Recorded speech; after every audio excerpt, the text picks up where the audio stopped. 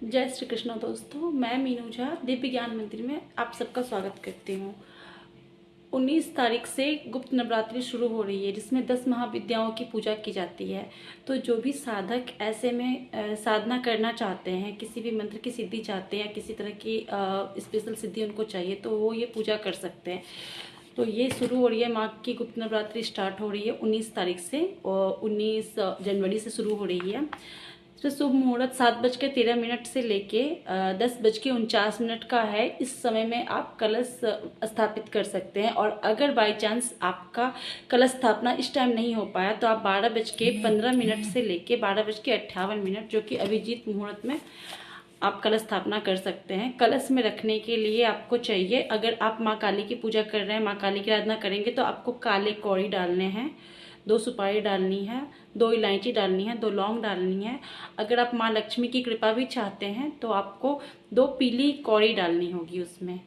और जैसे जब आप कलश बनाएंगे तो कलश में जो आप नारियल जब डालेंगे तो नारियल में मंत्र पढ़ते हुए ओम दुम दुर्गाय नमः या ओम क्रीम कालिकाय नमः का जाप करते हुए कलावा जब आप बांधेंगे 3 बार आपको कलावा लपेटना है, और नारियल का जो मुख है वो अपनी तरफ रखना है। आप YouTube पे देख लेना, नारियल का जो मुख है वो अपनी तरफ रखिएगा, साधक की तरफ होना चाहिए। इस तरीके से आप कलश पे नारियल बिठा सकती है। और जब कलश में जब नारियल आप डालेंगे तो आप पान के पत्ते को कलश में रख सकते हैं, या तो फिर आप आम के पत्तों को भी रख सकते हैं। 5 या 7 होना चाहिए। हम इसमें 10 महाविद्याओं की पूजा करती हैं। माँ काली की पूजा होती है, माँ तारा की पूजा होती है, माँ त्रिपुर सुंदरी की पूजा होती है, भुवनेश्वरी, छिन्नमस्तिका, त्रिपुर भैरवी, धूमावती, बगलामुखी, मातंगी और माँ कमला की पूजा हम करते हैं। और आप अगर हर दिन ना कर पाएँ, बहुत लोगों का है कि गुप्त नवरात्रि में वो सब दिन हवन नहीं कर पाते हैं, तो ऐसे में आपको जो आखिरी का दिन है उस दिन आप कर लीजिए। जो सबसे लास्ट का दिन है उसमें आप हवन कर सकते हैं, और या तो आप शुरुआत के दिनों में हवन कर सकते हैं। हवन की विधि मैं बता दूंगी, चैनल पे अपलोड कर दूंगी, आप वहाँ से देख लेना। और निर्वाण मंत्र का जाप करना है, कोई भी एक मंत्र, ओम क्रीम कालिकाय नमः ले लीजिए, या फिर निर्वाण मंत्र ले लीजिए, कोई भी एक मंत्र का आपको जाप करना है। और ध्यान रखिएगा, नवरात्रों में माँ की विशेष सिद्धि प्राप्त होती है।